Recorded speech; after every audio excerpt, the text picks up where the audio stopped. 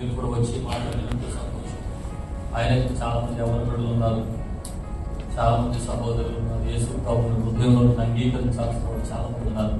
ఒక చిన్న సాక్ష్యం, నా జీవితం నేను ఎలా బాగుపడ్డా, ఏ రీతికి జీవించబడ్డా, ఏ రీతికి ఆశీర్వదించబడ్డా. స్వతహాగా తల్లిదండ్రులు ఇద్దరు సేవకులు చాలా కష్టపడి సేవ చేస్తున్నారు, భయభక్తులు పెంచారు మమ్మల్ని. పెద్ద పెద్ద పాపలు నేను చేయలేదు, కానీ 10వ తరగతి వచ్చాక బాగా అప్రోడ్ అయిపోయాను. సహజంగా నా వయసుకు వచ్చాక అలా ఎక్కువ చేస్తున్నాను. నేను కూడా అలా నేర్చుకున్నాను. 10వ తరగతి పరీక్షలు రిజల్ట్స్ వచ్చాయి, జ్ఞాపకం తెలుగుతున్నాను, నెంబర్ కనపడలేదు. అర్థమైందా? 10వ తరగతి ఫస్ట్ క్లాస్లో ఫెయిల్ అయిపోయాడు. అది ఇక ఫెయిల్ అయిపోయిన తర్వాత అప్పటికే కొంచెం సంగీతం వచ్చు, పాటలు వచ్చు, మ్యూజిక్ వచ్చు, పెద్ద పెద్ద స్వార్థ గాయకులతో ఆర్కెస్ట్రాలకు తిరుగుతూ ఉన్నాను, చక్కగా పాడుతాను. అలా వెళ్ళిపోతూ 10వ తరగతి 4 సంవత్సరాల ప్రయాణం కొనసాగించాను. అర్థమైందా? 10వ తరగతి 4 years కోర్స్ అనమాట. మనది చాలా ఆనందంగా మాట్లాడుతున్నారు, చాలా చక్కగా మాట్లాడుతున్నారు, చాలా లోతైన విషయాలు మాట్లాడుతారు. డీడీలు సర్వీస్ ఉంటాడు అని అనుకుంటారు. ఎవరైనా నాకులాగా 10వ తరగతి తట్టుకుంటే అసలు సంతోషించండి, నేను ఉన్నాను మీకు తోడు. దేవునికి స్తోత్రం. ఇది సిగ్గుపడకుండా చెప్పుకుంటాను, ఎందుకో తెలుసా? నేనేంటో చెప్పుకుని నా యేసయ్య ప్రభావం ఏంటో బయటకు వస్తాను. ఆమె హల్లెలూయా. 4 సంవత్సరాలు చదివిన తర్వాత మా అమ్మ నాన్న మొత్తం దేవుని కృప పాస్ అయిపోయిన అమ్మ నాన్న పిలిచారు. చదువు లేకపోతే సమాజం ఎదురు చదవాలరా అన్నారు. అంతకన్నా శిక్ష ఉందా? 10వ తరగతి 4 సంవత్సరాలు చదివిన ఎవడైనా ఇంటర్మీడియట్ జాయిన్ అవుతారు. కూర్చున్నాడు చెప్పని మాట్లాడితే 1 సంవత్సరం కోర్సే 4 సంవత్సరాలు చదివితే ఇది ఎన్ని సంవత్సరాలు? 2 సంవత్సరాలు. ఇది ఎన్ని సంవత్సరాలు చదవాలి ఇంకా? అబ్బే మనకి మంచి మంచి అలవాట్లు అయిపోయి అప్పటికి పెద్ద సింగర్స్ శాస్త్రి గారు, బాలరాజు గారు లాంటి సింగర్స్ చక్కగా మ్యూజిషియన్కి వెళ్ళిపోతున్నారు, దొరుకుతున్నాయి చేతిలో, ఆ పేరు వస్తుంది, చక్కగా అన్నీ బాగున్నాయి. ఇప్పుడు 5 రోజులు మళ్ళీ చదువులాగా ఎంత అవుతాను? అక్కడ మీటింగ్ పిలిచారనుకోండి, 3 రోజులు మీటింగ్ చేశాను అనుకోండి, మా నాన్నగారు కన్వీనర్కి ఫోన్ చేసి చెప్తారు, మా ఊడు అక్కడ కొంచెం చదువుకోమని చెప్పడానికి. 3 రోజులు బాగానే ఉంటుంది. 3 రోజులు అయిపోయాక కన్వీనర్ గారు చెప్తున్నారు, చదువుకోనంటే చదువుకో అని కూడా ఆయన ఉచిత సలహా కదా. దేవుడు కష్టమేమవుతుంది కదా. సరే ఇంతకీ ఈవినింగ్ సర్టిఫికేషన్ కానీ ఎంక్వైరీ చేసి 6, 7 మనోడు మరి భలే ఉండే కానీ ఎక్కడికి వెళ్ళినా చదువు చదువు చదువు చదువు అంటారు. ఒకటి మాత్రం అర్థమైంది, చదివించాలని ఆశ ఉంది మా వాడికి. చదిలేదు, ఇంటికి వచ్చి నాన్నగారు ఈ మాట చదువుతాను కానీ ఏలూరులో మాత్రం చదువు కంప్లీట్. ఎందుకంటే ఏలూరులో అప్పటికి పెద్ద గ్యాంగ్ ఉంది మనకి. వాళ్ళందరూ పెద్ద చదువు చదువుతున్న వాళ్ళు, ఎంబీఏ, బీఈడీలు, బియ్యాలు చదువుతున్న వాళ్ళు వీళ్ళందరూ నాకు గ్యాంగ్ అనమాట. ఎందుకంటే బాగా నవ్వించేవాడిని, బాగా ఎంటర్టైన్ చేసేవాడిని. రోడ్డు మీద ముసలివాళ్ళు ఎదుర్కొంటే ఆగిపోవాల్సిందే, ఆ ఆర్మీస్ ఒక అరగంట ఏడిపించి పంపించేవాడిని. ఇవన్నీ చూసి సంతోషించడానికి వీళ్ళందరూ రోజు 30 మంది సాయంత్రం నా దగ్గరికి వచ్చేవాడు. ఇలా ఆటలు కొనసాగిపోతున్నాయి. ఈ పరిస్థితిలో మా తల్లిదండ్రులు తన 700 మంది చదవలేదండి, ఖచ్చితంగా ఏళ్ళతో పాటు ఉండి ఎంతోమీడియట్ సర్టిఫికేట్ 12 ఏళ్ళు చదవాల్సి వస్తుంది, ఎక్కడికైనా పంపించేయమన్నారు. మరి చాలా ప్రపంచంలో ఎక్కడికైనా వెళ్ళిపోతుంది, చదవకుండా కావాలి. ఆ దగ్గర కనిపించారు. భీమవరం, ఏలూరు పక్కన భీమవరం. ఆ భీమవరంలో డిఎల్ఆర్ కాలేజ్ మొట్టమొదటి సంవత్సరం అప్లికేషన్ పెట్టి ఫస్ట్ రోజు క్లాస్కి నోట్స్ పట్టుకున్నారు. వెళ్ళగానే 30 మంది వేసి గుడ్ మార్నింగ్ సార్ అన్నారు. గడ్డం వచ్చేసినప్పటికే నేనే టీచర్ అనుకున్నారు, కూర్చోండా అసలు వెనకాల వస్తున్నాడు అని చెప్పి కూర్చోబెట్టి. ఆ మొట్టమొదటి రోజు జరిగింది ఏంటంటే, ఏలూరులో 30 మందిని వదిలించాను కదా, మధ్యాహ్నం కల్లా 30 మంది రెడీ అయిపోయారు. నమస్తే అనుకుంటూ వచ్చేస్తున్నారు అందరూ. మళ్ళీ ఎక్కడ ఏలూరులో ఏదైతే వదిలేసానో అక్కడ అన్ని మొదలు పెట్టేశాను. మళ్ళీ ఇక్కడ 7 గంటల టైం 7 అందరూ వదిలిపెట్టుకు వచ్చారు కదా పాపం. 7 మొక్కలు పిల్లలు వీళ్ళందరూ పెక్క మొక్కలు వేసి ఏడుతుంటే నవ్వించడం మొదలు పెట్టారు. మళ్ళీ ఇక్కడ అలవాటు అయిపోయింది. ఒక 3 నెలల్లో ఇక అందరూ నా చుట్టూ తిరగడం, మళ్ళీ ఇలాగ ఎలకుండా కాలం అయిపోతుంది. 3 నెలల తర్వాత ఎందుకో ఆలోచన వచ్చింది. ప్రార్థన మానేవాడు కాదు, ఉపవాసం మానేవాడు కాదు, భక్తి మాత్రం ఉండేది. కానీ ఎంటర్టైన్మెంట్ ఊరికే సరదాగా ఏడిపించుకోవాలి, పిల్లలు నవ్వించాలన్న తత్వం తప్ప అల్లరి పని ఉంటే తప్ప పెద్దది బాగా ఉండేది. సరే ఒక రోజు అనిపించింది, 3 నెలల తర్వాత అదే పాస్టర్ గారు అబ్బాయిని 30 మంది పిల్లలు నా చుట్టూ తిరుగుతున్నారు, సాయంత్రం యూత్ మీటింగ్ పెడితే బాగుంటుంది అనిపించింది. ఎప్పుడు అలాంటి కోరికలు రాలేదు, అలా సేవ చేయకూడదు అనుకున్నాను. ఎందుకంటే సేవలో మా అమ్మ నాన్న పడ్డ కష్టాలు చూసి అబ్బో ఇలాంటి డైరెక్ట్ సువార్త మాత్రం వద్దు, 2 కీబోర్డులు పెట్టుకుని వాయించేస్తా పాట పాడుతుంది, సభా జ్యోతిరాజు వాయించడం ఏం పాడుతున్నాడు, అలా అదే సేవ తప్ప మనం బైబిల్ పట్టుకుని వాక్యం చెప్పేది మాత్రం వద్దు అని అనుకున్నాను. సరే ఆ రోజు అదే బుధవారం అందరూ సాయంత్రం రూమ్కి వెళ్ళిన ప్రార్థన చేద్దాం. అందరూ వచ్చేసారు, ఇక పాటలు మొదలెట్టారు. రూమంతా దేవాలయంలో కనిపించింది. అందరూ మంత్రాలు పాట చేసుకుంటే అద్భుతం. 1.5 గంటలు పాడేశారు. పాడిన తర్వాత ఎదిగింది నాకు లేట్గా ఒక చిన్న విషయాలు. జీవనంలో ఎంతమంది పాస్టర్ గారు ఉన్నారు నాకు తెలిసిన వాళ్ళు, ఒక్కళ్ళు పిలిచినా కాసేపు వాక్యం చెప్పేవాళ్ళు కదా, ఎవరిని పిలవలేదు నేను ఏం చేయాలా అని ఆలోచించాడు. ఆలోచించుకుని మళ్ళీ ఈ టైం ఇప్పుడు ఎవరిని పిలుద్దాం, ఎందుకు వచ్చిందిలే, అసలు మనకన్నా గొప్పడు ఎవడన్నాడంట, కాసేపు పాస్టర్ అవతారం ఏం చేద్దాం అని నెమ్మదిగా నాకు నేనే సమాధించుకుని ఈ పుట్టపొట్టుడు మళ్ళీ ఇంకో పాస్టర్ కావాలా అని బైబిల్ అప్పుడే ఫస్ట్ టైం ఇలా ఓపెన్ చేసి లక్కీ లాంటి సిస్టంలో కలిశాను. 1 యోహాను పత్రికలు యేసు రక్తము ప్రతి పాపం నుండి పవిత్రం చేయని వాక్యం వచ్చింది. ఇక మొదలు పెట్టేశానండి చెప్పడం. మొదలు పెట్టిన తర్వాత 10 నిమిషాలు 20 నిమిషాలు ఒక తెలియని అనుభూతి ఇప్పటికీ కూడా తలుచుకుంటుంటే నా ఒళ్ళంతా ఒకలాగా అయిపోతుంది. నేను ఎప్పుడు వినలేదు, ఎప్పుడు ధ్యానం చేయలేదు, ఎప్పుడు పుస్తకాలు చదవలేదు, ఎక్కడ టీవీలో వినలేదు, ఎవరి మాటలు వినలేదు. యేసుప్రభు భూమి మీద ఎందుకు వచ్చాడు, ఎందుకు దెబ్బలు తిన్నాడు, ఎందుకు రక్తం చిందించాడు, ఎందుకు ప్రాణం పెట్టాడు, ఎందుకు తిరిగి తెచ్చాడు, ఎందుకు రాబోతున్నాడు, వరుసగా ఎవరో నాతో చెప్తున్నట్లుగా ధారాళమైన మాటల చేత ఒక అద్భుతమైన మాటలు వచ్చేస్తున్నాయి. ఓ వాతావరణం అంతా మారిపోయింది. రూమ్ లో ఒక చక్కటి వాతావరణం, ప్రజలందరూ ఆ కూర్చున్న 30 మంది పిల్లలు కథలకుండా అలాగే వింటున్నారు. 30 నిమిషాల తర్వాత కిందకు చూస్తే 30 మంది కళ్ళ నుండి నీళ్లు కారుతున్నాయి. ఏం అర్థం కాలేదు నాకు. అది ఏం చేయకూడదు అనుకున్నాను, ఏం చేస్తున్నాను, ఇక్కడ అసలు ఎందుకు వచ్చాను, అసలు నేను ఎప్పుడు వాక్యం చెప్పకూడదు అనుకున్నాను, సువార్త చేయకూడదు అనుకున్నాను, అసలు ఈ పని నాకు తగదు అనుకున్నాను, సంగీతం అనుకున్నాను, ఏం చేస్తున్నా ఏం అర్థం కావట్లా. కానీ అక్కడ ఏదో ఒక ఫోర్స్ఫుల్ గా ఒక కార్యం అయితే జరిగిపోతుంది. పరిశుద్ధాత్మ ప్రసన్నత రూమ్ అంతా ఆవరించబడింది. అక్కడంతా తెలియని వాతావరణం జరుగుతుంది. 40 నిమిషాల తర్వాత మోకరించదన్నాను. అందరు గుండెలు వాళ్ళు చేస్తున్నారు. నేను కూడా మొదటిసారి అల్లరి జీవితాన్ని విడిచిపెడతానయ్యా, ఇంకెప్పుడు పిచ్చుకొని చేయనని గుండెలు మాకుని ఏడవడం మొదలు పెట్టాను. అంతా అయిపోయింది, అందరూ వెళ్ళిపోయారు. రూమ్ లో పడుకున్నాను. భోజనానికి కూడా లేదు, నిద్ర పట్టలేదు. అటు తిరుగుతున్నాను. తెల్లవారుజాము సమయానికి ఒక మెలనైన స్వరాన్ని వెళ్తున్నాను. నా ప్రియమైన కుమారుడు జ్యోతిరాజు, నా ప్రేమల గురించి అంత చక్కగా వివరించాను.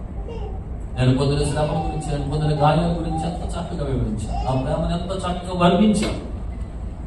చాలా సంతోషం. నిన్ను ప్రశ్న అడుగుతున్నాను. నిన్ను ప్రేమించి నీ కొరకు ప్రాణం పెట్టాను కదా, నన్ను ప్రేమించి నా కొరకు నువ్వేం చేస్తాను?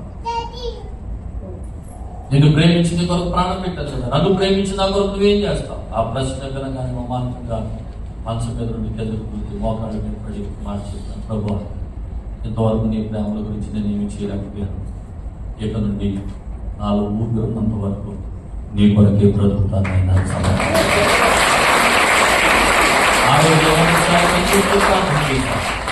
ఇక తెల్లవారే వరకు నా మనసు ఆగలేదు. ఒక పక్కన సంతోషం, ఒక పక్కన ఏడుపు. ఎందుకు ఏడుస్తున్నానో, ఎందుకు సంతోషిస్తున్నానో నాకే తెలియదు. రూమంతా అలుముకున్న పరిశుద్ధాత్మ వాతావరణం. బయలుదేరి ఇంటికి వచ్చేసాను, ఏలూరు వచ్చేసాను. 10 రోజులు అయిపోయింది. మా అమ్మ నాన్న ఏంటంటే ఇంకేమట్లేదు, ఏంటని అడిగారు. ఏం లేదండి, ప్రభు నాతో మాట్లాడాడు, ఆయన సేవ చేస్తాను, సమర్పించుకున్నానని చెప్పాను. నాన్నగారు వెంటనే దగ్గరకు తీసుకుని కౌగులించుకుని తలపై చేసి ప్రార్థన చేసి 1 నిమిషం కూడా ఆలస్యం చేయలేదు. బైబిల్ తరగతికి ప్రభు పిలిచిన తర్వాత సేవ చేయమన్నాడు. ఆ రోజున సేవకు చేశాను. ఈ రోజు వరకు దేవుని మహాకృప 32 సంవత్సరాలుగా అలుపేరకుండా దేవుని పనులు కొనసాగే కృప యవాగ్యమైన దేవుని ఇప్పుడు చెప్తున్నాను. ఏ రోజైతే ప్రభు నాలో ఊపిరినంత వరకు నీ కొరకు జీవిస్తాను, నా హృదయాన్ని సమర్పిస్తున్నాను, నా చిన్న జీవితాన్ని సమర్పిస్తున్నాను అని చెప్పి ప్రార్థించాను. ఏ రోజు నుండి ఆ రీతిగా ప్రభుకు నా జీవితాన్ని అప్పగించుకున్నాను, ఆ రోజు నుండి ఈ జ్యోతిరాజు జీవితాన్ని తన ప్రభావమునకు తగినట్టు దీవించడం మొదలు పెట్టాడు. చెప్పండి హల్లెలూయా. ఆ జీవితం ఏంటంటే 10వ తరగతే, ఇంటర్మీడియట్ కూడా 3 నెలలే చదివాను. ఆ సర్టిఫికెట్లు పట్టుకుని వెళ్తే ఎవడో ఒక ప్యూన్ పోస్ట్ కూడా ఇవ్వడం, నాకు ఎవడో చిన్న ఉద్యోగం కూడా ఇవ్వడండి. నా పరిస్థితి అది.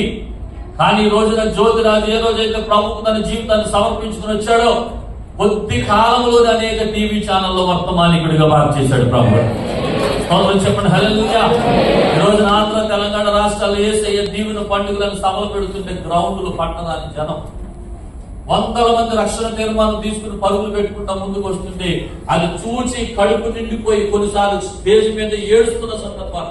ఏంటి పనికి మానవుడి కోసం 10వ తరగతి మొదటిసారి పాస్ కాలేదు, ఈ జ్యోతిరాజు కోసం ఎంతమంది జనాంగం వచ్చారా, ఎంతమంది ప్రజలు వచ్చారు. ఎందుకు చెప్తాను తెలుసా? అది నా గొప్పతనం కాదు. ఏ రోజైతే నా గుండెల్లో యేసయ్యను నింపుకున్నానో ఆ రోజు తన ప్రభావమునకు తగినట్టు జీవించడం ప్రారంభిస్తే నా కంటికి కనపడని హృదయానికి గోచరం కాని కార్యాలు ఆయన జరిగించడం ప్రారంభించారు. స్తోత్రం చెప్పండి హల్లెలూయా. చెప్పండి హల్లెలూయా. హల్లెలూయా. ఈ రోజున కొన్నిసార్లు నాకే ఆశ్చర్యం వేస్తారు. కొంచెం శ్రద్ధగా వినండి, కొంచెం శ్రద్ధగా వినండి. ఒక్కొక్కసారి మీటింగ్లు పెడుతుంటే సభలు జరుగుతుంటే వినండి. మంత్రులు వస్తున్నారు, ఎమ్మెల్యేలు వస్తున్నారు, పెద్ద పెద్ద నాయకులు వస్తున్నారు. వాళ్ళని ఎత్తి మీద చేసి ప్రార్థన చేస్తా కోరుకుంటాను. నేను ఉంటాను, నేనేనా నేను ఎత్తి మీద చేశాను. ఆంధ్రలో 2 ముఖ్యమంత్రులు ఎత్తి మీద చేసేసారు. గొప్పని చెప్పండి. విజయవాడలో చంద్రబాబు నాయుడు గారు మీటింగ్ జరుగుతున్నాను కూడా పిలిచారు. ఆయన పక్కనే కూర్చి చేశారు. ప్రార్థన చేస్తారన్నారు. అంటే తప్పని చేయండి, ఎత్తుమే చేసారు. డబ్బులు హ్యాపీ ఏం చదువుకున్నాను అడిగితే అడుగుతారా? అడగరండి. ఎందుకో తెలుసా? మనకి స్టాంప్ లేదు, ఐదు స్టాంప్ వేసాడు. స్తోత్రం చెప్పండి హల్లెలూయా. జగన్ గారి ఇల్లు ఓపెనింగ్ అయింది. గడిచిన 5 సంవత్సరాల క్రితం తాడేపల్లి అనిల్ కుమార్ గారు ఫోన్ చేసి బ్రదర్ మీరు కూడా రండి అన్నారు. చాలా మంది పాస్టర్ గారు పిలిచారేమో, నన్ను కూడా పిలిచారు అని అనుకున్నాను. ఎలా వెళ్తే ఎవరు లేరు. హోసన్న గాంధీ గారు నేనిద్దరే ఉన్నాం. ఆయన ప్రార్థన చేయమన్నారు, నన్ను ప్రార్థన చేయమన్నారు. ఆయన ప్రార్థన చేశాడు, నేను ప్రార్థన చేశాను. ప్రార్థన చేయగానే తలుపు తెరిచారు, ఓపెనింగ్ అయింది. ముఖ్యమంత్రి స్థాయి వ్యక్తి ఇల్లు ఓపెనింగ్ చేయడానికి 10వ తరగతి మొదటిసారి పాస్ కాలని ఈ పనికి మనలో అక్కడ ఉండాల్సి వచ్చాడా? ఏమండి చెప్తున్నాను, తన ప్రభావములకు తగినట్టు దీవించడం మొదలు పెడితే మన ఊహలకు అందని కార్యాలు మనం చూడగలుగుతాం. స్తోత్రం చెప్పండి హల్లెలూయా. 22 దేశాలకు పైగా తిరిగేశాను. స్తోత్రం చెప్పండి. మీ తర్వాత వరుసగా ఉన్నాయి, మళ్ళీ మస్కట్ ఉంది, అమెరికా ఉంది, వరుసగా ఇంకా చాలా. స్తోత్రం చెప్పండి. ఆడి ఉండలేదు. ఒక విచిత్రం చెప్పండి, ఇంగ్లీష్ రాదు మనకి. నిజమండి. ఎయిర్పోర్ట్కి వెళ్ళినప్పుడు ఆడు ఏమడుగుతాడు అని చూస్తుంటారు. మళ్ళీ అనుకుంటాను అడగనే మన స్టాండర్డ్ మనం ఉంది కదా, మనం మాట్లాడితే అదే పోతాడు అవుతుంది కానీ దేవునికి స్తోత్రం. అయితే కృప ఏంటంటే ఎక్కడ ఎవరు ఏం అడగరు. ఎందుకంటే స్టాంప్ మనకి కింద లేదు, పైలోడు ఇచ్చాడు స్టాంప్, అక్కడ వేసాడు. ఎవరు ఆడంటే దేవునికి స్తోత్రం చెప్పండి హల్లెలూయా. అప్పుడు ఎందుకు ఈ మాటలన్నీ చెప్తున్నానంటే మీ జీవితంలో ఈ రోజున ఇహలోకమందును పరలోకమందును 100 రెట్ల ఫలమును బైబిల్లో ఉంది. ఇక్కడ దీవించబడతాం, అక్కడ దీవించబడతాం. స్తోత్రం చెప్పడం సరిగట్టిగా. అందుచేత యేసుని గుండెల నిండా నింపబడితే, యేసు ప్రభుని జీవితంలో సంపూర్ణంగా చోటు చేసుకోగలిగితే ఏమండి 10 మందికి ఆశీర్వాదకరంగా నీ బ్రతుకుని దేవుడు మార్చేస్తాడు. స్తోత్రం చెప్పండి హల్లెలూయా. ఈ రోజున 10వ తరగతి మొదటిసారి పాస్ కలిగిన జ్యోతిరాజు ఫౌండేషన్ అని ఏలూరులో ప్రతి నెల 200 మంది వికలాంగులు పోషిస్తున్నారు. ప్రతిరోజు 100 మంది భిక్షాటకులకు భోజనం పంపిణీ చేస్తున్నారు 2 సంవత్సరాల నుండి. ప్రతిరోజు 100 మందికి భిక్షాటకులకు రైల్వే స్టేషన్ లో, బస్ స్టాండ్ లో, ఫుట్పాత్ మీద ప్రతి ఒక్కరికి జ్యోతిరాజ్ దగ్గర నుండి భోజనం వేస్తున్నారు 2 సంవత్సరాలు. ఏమంటే ఒక పెద్ద బస్ కొన్నాం మెడికల్ క్యాంపులకి. అందులోనే ఈసీజీలు, ఎక్స్రేలు అన్ని ఉంటాయి. ప్రతి స్లమ్ ఏరియాలకు వెళ్ళి మందులు అందన వారికి అక్కడికి వెళ్ళి ఈ రీతిగా కార్యక్రమాలు చేస్తాం. ఎందుకు పనికిరా నా బ్రతుకు, ఎందుకు పనికిరా నా జీవితం? 10వ తరగతి మొదటిసారి పాస్ అయిన అజ్ఞానిని మొద్దోడిని ఈ రోజున అనేకులకు ఆశీర్వాదకరంగా మార్చబడిన ఈ జీవితాన్ని బట్టి మీకు జ్ఞాపకం చేస్తున్న ఒక్కటే, నా చిన్న జీవితాన్ని చేతులు పెట్టాను. తన ప్రభావం తగినట్టు జీవించడం మొదలు పెడితే ఈ కార్యాలన్నీ చూడగలుగుతున్నా. బైబిల్ కాలేజీ నడిపిస్తున్నాం అనేక సంవత్సరాలుగా. స్తోత్రం చెప్పండి. 460 మందిని సేవకులుగా తీర్చిదిద్ది పంపించారు. దేవునికి స్తోత్రం చెప్పండి హల్లెలూయా. జైలులో పరిచర్యలు చేస్తున్నాను ఈ రోజున. స్తోత్రం చెప్పడం సరిగండి హల్లెలూయా. ఏలూరులో మన్నా చర్చి 3000 మంది సంఘం కలిగిన ఒక సంఘానికి కాపరిగా 10వ తరగతి మొదటిసారి పాస్ కలిగిన అభాగ్యుడు వాక్యం చెప్తుంటే గజెట్ ఆఫీసర్ల కింద కూర్చొని నోట్సులు రాసుకుంటున్నారు. ఎక్కడిది కృప, ఎక్కడిది కృప? ఒకటే చెప్తున్నారు, నీ జీవితాన్ని ఇవ్వవలసిన పద్ధతిలో యేసయ్య ఇస్తే, నీ హృదయం నిండా యేసయ్యను నింపుకోగలిగితే, ప్రభువుకు సంపూర్ణమైన స్థానాన్ని నువ్వు ఇవ్వగలిగితే, రెండు కాళ్ళు అటో కాలు ఇటో కాలు కాకుండా లోకం వైపు కాస్త దేవుని వైపు కాస్త కాకుండా పరిపూర్ణంగా యేసయ్యకు చోటు ఇవ్వగలిగితే, నీ జీవితంలో ప్రభువుకు స్థానం ఇవ్వగలిగితే, ఆయన తన ప్రభావములకు తగినట్టుగా ఆయన దీవించడానికి ఇష్టపడుతున్నాడు. హల్లెలూయా, హల్లెలూయా. కాబట్టి ఈ రోజున ఇప్పుడున్నా సరే, ఎక్కడ ఏ దేశంలో ఉన్నా సరే, మన జీవితాలు కొన్నిసార్లు శ్రమలు, శోధనలు, కష్టాలు, ఇబ్బందులు, కన్నీరు, వేదన ఉంటనే ప్రయాణం చేస్తూ ఉంటాం. తప్ప కొన్నిసార్లు ఇది ఏ దేశంలో ఉన్నా సరే. అయితే యేసు ఏ ఇందులో పరిపూర్ణమైన స్థానాన్ని కలిగి